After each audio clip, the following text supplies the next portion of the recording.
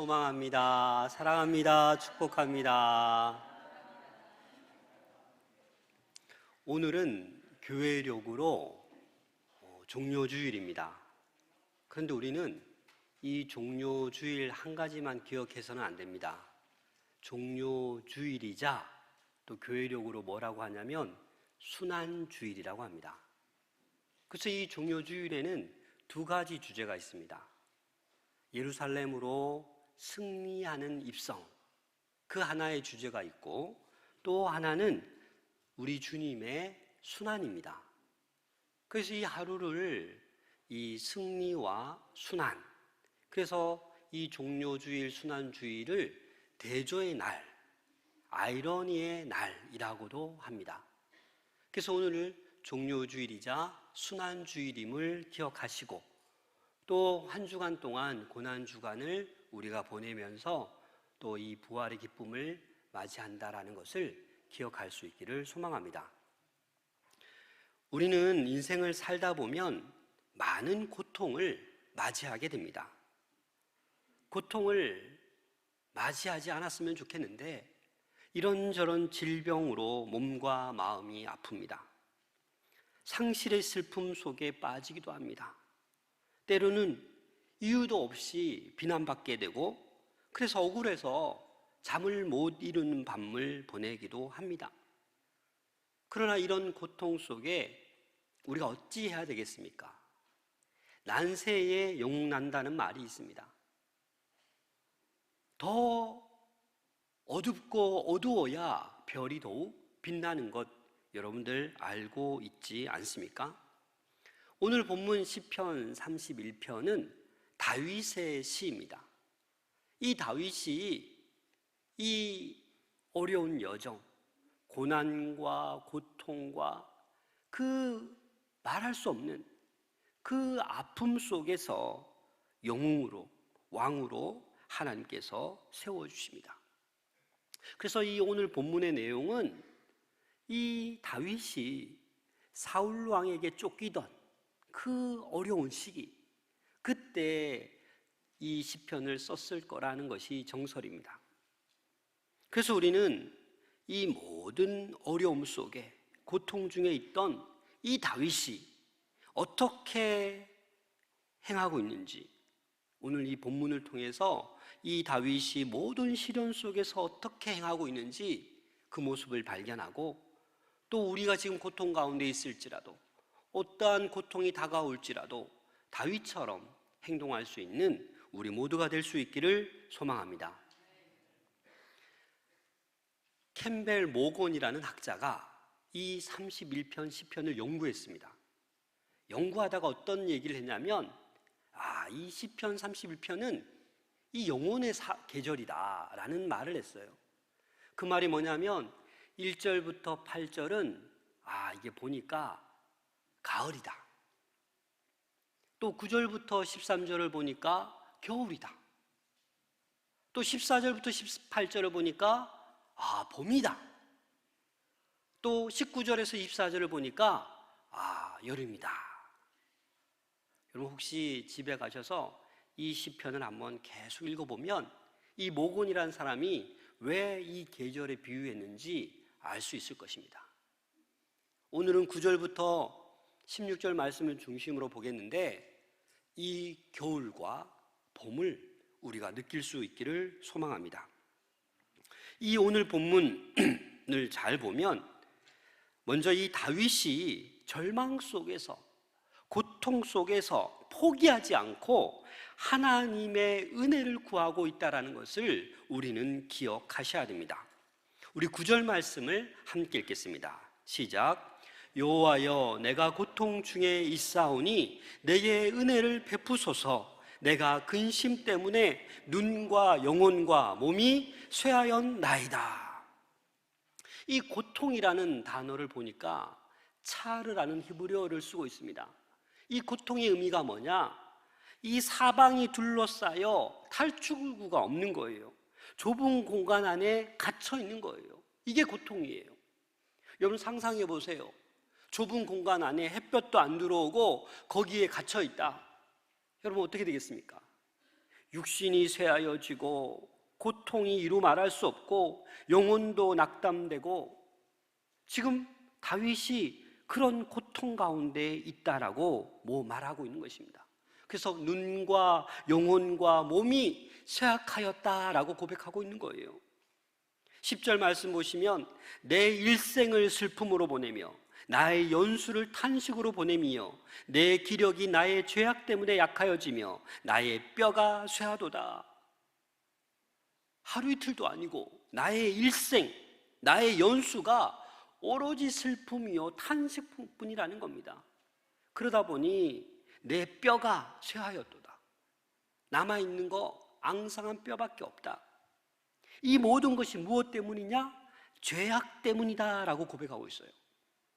그런데 이 죄악이라는, 아본이라는 단어가 어떤 의미가 있냐면, 지금까지 사람들이 저지르고 있는, 내가 저지르고 있는 그 죄악을 가리키기도 하지만, 이 본문에서 이 단어는 징벌을 얘기하는 거예요. 하나님께서 징벌하셔서 내가 지금 슬픔으로 탄식으로 내 뼈가 쇠하고 있다는 것을 얘기하고 있는 것입니다. 그래서 11절 말씀을 보면 내가 모든 대적들 때문에 욕을 당하고 내 이웃에게는 심히 당하니 내 친구가 놀라고 길에서 보는 자가 나를 피하였나이다.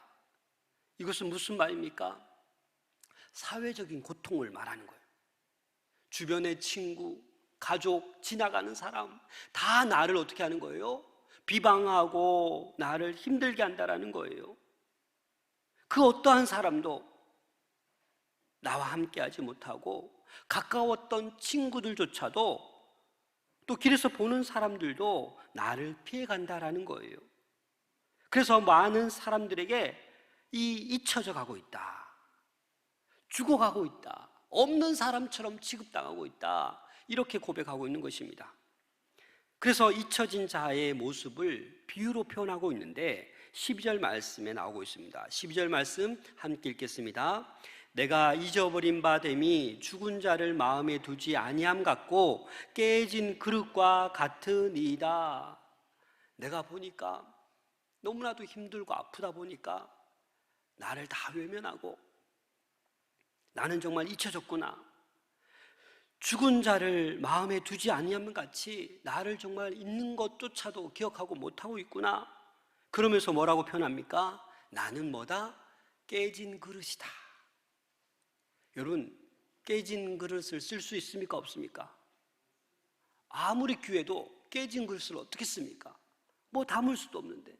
그래서 다윗은 자신의 모습을 보고 나는 깨진 그릇이다, 아무 쓸 필요도 없다, 다 나를 외면하고 다 나를 비방하고 친구 가족조차도 다 나의 대적처럼 여기는데 나는 정말 쓸모없구나. 다윗은 아들에게 쫓겨가기도 했지 않습니까? 어찌 이런 일이 있습니까? 아버지를 죽이려고 쫓아오는 압살롬, 이런 모든 것을 경험했을 때 나는 그냥 아무것도 없구나, 나는 깨진 그릇이구나 라고 지금 표현하고 있는 것입니다. 그래서 다윗은 지금 뭘 구하는 겁니까? 하나님, 이러한 고통과 탄식과 슬픔 가운데 은혜를 달라고, 은혜를 좀 주십시오 하고 지금 간절히 구하고 있는 것입니다. 우리 14절 말씀 같이 읽겠습니다. 시작. 여호와여, 그러하여도 나는 주께 의지하고 말하기를 주는 내 하나님이시니라 하였나이다.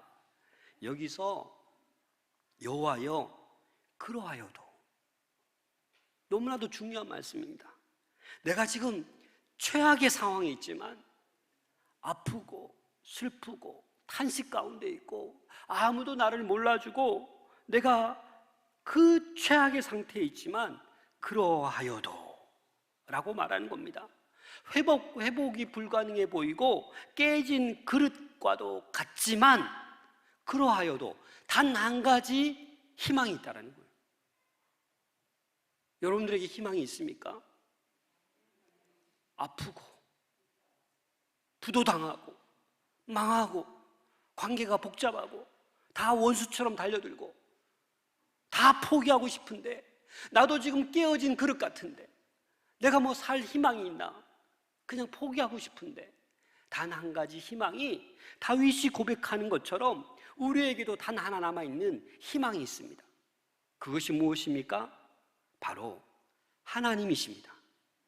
다윗에게는 다 버려도, 다 깨어져도 의지할 수 있는 그 하나님이 있다라고 말하고 있는 것입니다. 여호와여, 그러하여도 나는 주께 의지하고 말하기를 주는 내 하나님이시니라. 주님이 나의 하나님임을 고백하고 있는 것입니다.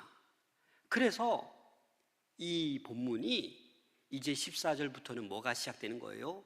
봄이 시작되는 거예요. 자, 누가 뭐래도 나는 주님만을 의지하겠다라는 고백입니다. 그런데 다윗이 은혜를 구했을 뿐만 아니라 어떻게 또 얘기했냐면 믿음으로 자신의 삶을 하나님 손에 맡깁니다. 은혜를 구할 뿐만 아니라 자기의 삶을 행위로 하나님께, 하나님 손에 맡긴다라는 겁니다. 오늘 본문 4절, 5절 말씀 함께 읽겠습니다. 그들이 나를 위하여 비밀히 친 그물에서 빼내소서. 주는 나의 산성이시니이다. 내가 나의 영을 주의 손에 부탁하나이다. 진리의 하나님 여호와여, 나를 속량하셨나이다. 아멘. 이 다윗은 아마 이 영과 육이 분리되었던 것을 알고 있었습니다. 죽으면 우리의 육신은 흙으로 돌아가지만 우리의 영혼은 하나님께로 돌아갈 것을 알고 있었던 거예요. 그래서 나의 영을 주의 손에 부탁하나이다 라고 주님 손에 자기의 삶을 맡기고 있는 거예요. 여러분, 예수님도 그 가상칠언의 마지막에 뭐라고 말씀하셨습니까? 누가복음 23장 46절입니다. 예수께서 큰 소리로 불러 이르시되 아버지, 내 영혼을 아버지 손에 부탁하나이다. 우리 예수님도 하나님 손에 마지막을 부탁하셨습니다. 오늘 15절 말씀 보면 나의 앞날이 주의 손에 있사오니 내 원수들과 나를 핍박하는 자들의 손에서 나를 건져 주소서. 이 나의 앞날이라는 것은요, 단지 미래가 아니라 이 다윗의 생의 모든 순간을 얘기하는 거예요. 이 다윗은 나의 앞날, 나의 모든 생의 순간을 하나님 손에 있기 때문에 하나님 손으로 나를 인도해 달라라고 그렇게 이야기하고 있는 것입니다. 다윗은 자신의 생애가 다 하나님 손 안에 있고 하나님의 섭리 안에 있는 것을 알고 있었던 거예요. 사랑하는 여러분, 우리의 삶도 하나님 손에 의지합시다. 하나님 손에 다 맡길 수 있기를 소망합니다. 그러할 때 16절에 보면 주의 얼굴을 주의 종에게 비추시고 주의 사랑하심으로 나를 구원하소서. 주의 빛이 비치니까, 주의 얼굴이 주의 종에게 비치니까 주의 사랑이 넘쳐나는 거예요. 주의 구원하심이 믿어지는 거예요. 그래서 하나님께 맡긴 인생은 영생이 선물로 있는 거예요. 구원이 허락된 것입니다. 사랑하는 여러분, 우리도 은혜를 구하고 있지만, 고통 가운데 있지만 나의 자신의 삶을 믿음으로 하나님 손에 다 맡길 수 있는 우리 모두가 될 수 있기를 소망합니다. 19절 말씀을 같이 읽겠습니다. 시작. 주를 두려워하는 자를 위하여 쌓아두신 은혜, 곧 주께 피하는 자를 위하여 인생 앞에 베푸신 은혜가 어찌 그리 큰지요. 주의 은혜가 어찌 이렇게 큰지요. 이 말은 다윗이 하나님 다 압니다라는 거예요. 하나님의 그 쌓아두신 은혜 다 압니다. 제가 지금 고통 가운데 있지만 이제 주의 손에 내가 맡겼으니까 이제 주님께서 그 쌓아두신 은혜를 나에게 베푸실 것을 내가 믿는다라는 거예요. 사랑하는 여러분, 하나님께 피하는 자만이 하나님께서 은혜를 베푸십니다. 하나님을 유일하게 피난처로 삼는 자만이 하나님의 그 품속의 따뜻함을 경험할 수 있습니다.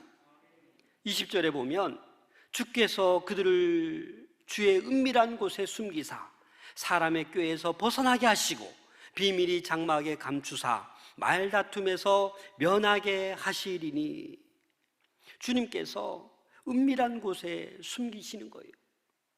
그래서 모든 사람의 꾀에서 벗어나게 하시고 모든 말다툼, 그런 아픔에서 다 건져주시고 면하게 하신다라는 말씀입니다.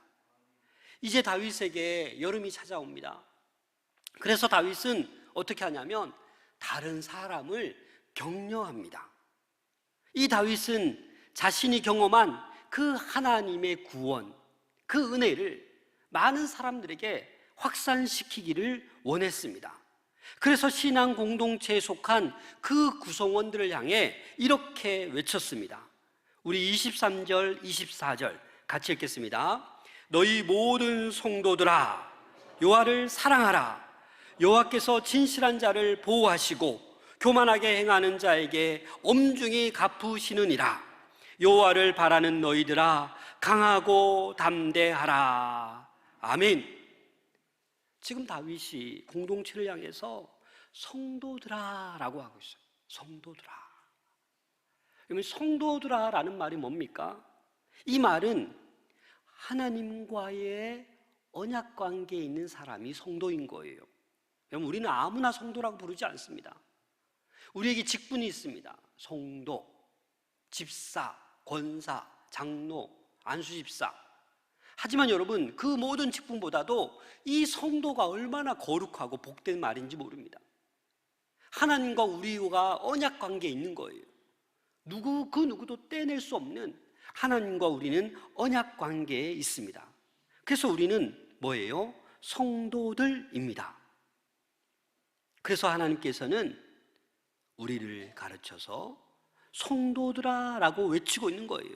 또 여호와를 바라는 자들아 라고 외치고 있는 거예요. 그래서 하나님께서는 이렇게 진실한 자는 보호하시고 교만하게 행하는 자에게는 엄중히 갚으시리라 말씀하고 있습니다. 그래서 오늘 이 여름과도 같은 이 마지막 부분에서 다윗이 두 가지를 요구하고 있는 거예요. 뭘 요구하고 있습니까? 여호와를 사랑하라. 여러분, 여호와를 사랑하십니까? 여러분, 사랑한다는 말이 뭡니까? 사랑하면 그가 기뻐하시는 일을 하는 거 아닙니까? 그 우리가 여호와를 사랑한다라고 하면 하나님이 기뻐하시는 일을 우리는 해야 되는 거예요. 내가 좋은 일 행하는 게 아니고 나의 출세를 위해서, 나의 권력이나 나의 명예를 위해서 살아가는 것이 아니라 내가 정말 여호와를 사랑한다라고 한다면 하나님이 기뻐하실 일이 뭐지? 라고 생각하며 살아가는 것입니다. 그렇게 우리는 신실하게 반응하고 충성되이 살아가는 것이 여호와를 사랑하는 것입니다. 그리고 또 다윗이 뭐라고 얘기합니까? 강하고 담대하라. 지금 고통 가운데 있지만 너 혼자 외롭고 고독하고 두려움이 있지만 강하고 담대하라라고 외치고 있는 거예요. 왜? 다윗도 다 경험했거든요. 그런데 하나님의 은혜를 구하고 하나님 손에 자신의 인생을 맡겼더니 이 하나님의 쌓아두신 은혜가 너무나도 큰 거예요. 그래서 이제 강하게 외칠 수 있는 거예요. 여호와를 사랑하는 게 답이다. 강하고 담대해라. 그걸 지금 다윗이 외치고 있는 것입니다. 그래서 우리는 하나님과 우리는 예수 그리스도 안에서 언약 관계에 있습니다. 그 예수 그리스도가 우리에게 생명의 떡으로 이 땅에 오셨어요. 오늘도 성찬에 참여하셨지만 이 생명의 떡을 우리가 먹으로 말미암아, 주의 피를 마심으로 말미암아 우리에게 영생이 약속되어 있다는 겁니다. 그렇기 때문에 우리는 강하고 담대해야 해야 하는 것입니다. 누구든지 그를 믿으면 멸망하지 않고 영생을 얻게 된다라는 이 언약의 약속을 우리는 날마다 믿으며 어떠한 슬픔과 고통과 두려움과 외로움 속에 있을지라도 은혜를 구할 수 있는 우리 모두가 될 수 있기를 소망합니다. 하나님 손에 의지할 수 있기를 바랍니다. 그리고 이 은혜를 우리도 만방에 알려야 하겠습니다. 이사야 42장 3절 함께 읽겠습니다. 시작. 상한 갈대를 꺾지 아니하며 꺼져가는 등불을 끄지 아니하고 진실로 정의를 실행할 것이며. 그렇습니다, 여러분. 어찌 보면 우리는 상한 갈대 같아요. 꺼져가는 등불 같아요. 깨진 그릇 같아요. 해도 안 되고 늘 절망 가운데 있는 것 같아요. 나는 열심히 진실히 살고 싶지만 왜 그렇게 주변에서 나를 괴롭히는지, 너무나도 신앙생활하면서 어려울 때도 많아요. 하지만 여러분, 포기하지 마십시오. 소망을 잃지 마십시오. 우리는 성도입니다. 상한 갈대처럼 꺼져가는 등불처럼 위태로워 보여도 하나님께서는 우리를 다시 일으키십니다. 왜냐하면 저와 여러분들은 하나님께서 불러주신 거룩한 성도이기 때문입니다. 깨진 그릇과 같아도 하나님께서 반드시 회복시키시고 능력으로 함께해 주실 것입니다. 그래서 이 고난주간을 보내면서 이 십자가를 생각하면서 주의 은혜가 어찌 이리 큰지요 고백할 수 있기를 바랍니다. 그 십자가의 사랑을 잊어버리셨습니까? 예수 나를 위하여 십자가 지셨습니다. 이 고난주간 맞이하면서 또 기도의 자리를 사모하면서 우리 입으로 주의 은혜가 어찌 그리 큰지요, 우리의 삶의 경험을, 그 은혜를 누리며 고백할 수 있는 우리 모든 성도들 될 수 있기를 소망합니다.